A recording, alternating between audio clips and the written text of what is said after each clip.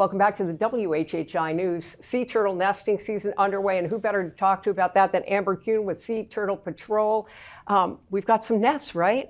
We do. So our first one was on the 7th. And then we've had a second one. Yeah. And the first one is very special. It always is at the beginning of the season. Talk about that, would you? Yes. So we have dedicated the first nest of the season to Jay Wendell. He was the general manager of the beach house, and before that, Sonesta, and we've known him for years, and he's always been was always a great supporter of Sea Turtle Patrol. And we are just really happy to do that, and we feel really good about putting that nest together. I mean, it's kind of special. I saw a photo of it. You've got these like brass or gold poles around the nest, and then you also have, I guess, I don't know, a plaque or an inscription or something that explains that it is dedicated to him. Yeah, so we are really particular about who we do that first nest for. So yeah, he definitely is deserving of it, and just was a very environmental person. Yeah, so very nice. We will miss him. What can we be doing if we're going to the beaches to reduce having a negative impact on nesting season? It's really easy. You just leave it like you found it. So if you dig a hole, fill it in. It's actually a law in Hilton Head that you have to fill your hole in. But people don't. It's hard to enforce. And of course, there are open holes. There's 14 miles of beach, so it's hard to do that. If you're going to smoke, please don't put your cigarette butt on the ground. And I know that those stick around for a long time. They do not disintegrate. It's like the world is not your ashtray, nor is the beach, right? Right. And picking them up is not a priority for beach sweeps in general. Well, they're so little. I would love it, but so they start to accumulate. And then what happens if that? How would that impact? Well, we found the cigarette butts inside nests. So when the sea turtle's digging, it gets involved with that whole digging, and you'll find them in there, and it's just not. It's not a good look. Yeah. Well, at least they're not trying to light them up or something. But no, it's not a good look. It's probably not very healthy either. No. We have beach renourishment coming up.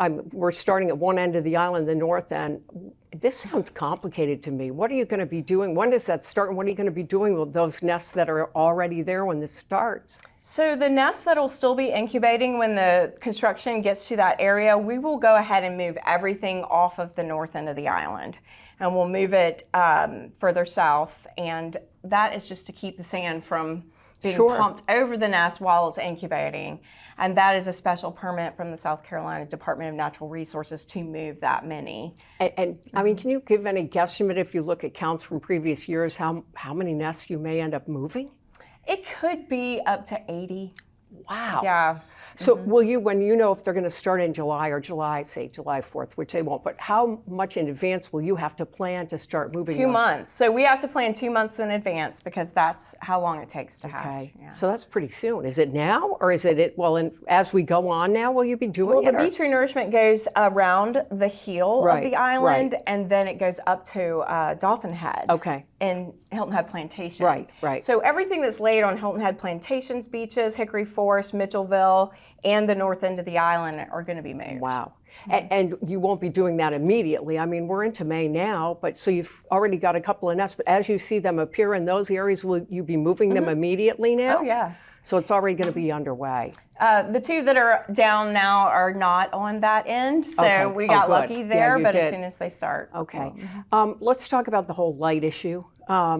People having to have lights off, and the reason why, if you're facing the beach, why it's important, and when does that take effect? It's in effect already, I think. Yeah, so sea turtle nesting season officially starts May 1st every year through October 31st, and that's when the ordinance is enforced. So we'll start looking for those ordinance violations in June with code enforcement, and basically it's just 10 p.m. and lights need to be downward facing, shielded, and we suggest that you use a red light on the beach, just so you don't distract the hatchlings or the nesting turtles. Because if they see the lights, they'll go the wrong way and not towards the water, right? That's right, the hatchlings. Amber Kuehn, it's great to talk to you as always. Thank Going to be, what time do you get out and about to start work in the morning? Tell us the truth. We typically start at 5 a.m. We do a lot of night work too, so it's always an interesting every 8 to 10 years. I guess, every interesting hours there for all of you. But we want to thank you for everything you do. Thank you. Okay, and we're going to be back in just a moment with some ideas for you on what you can do over the weekend. Don't go away.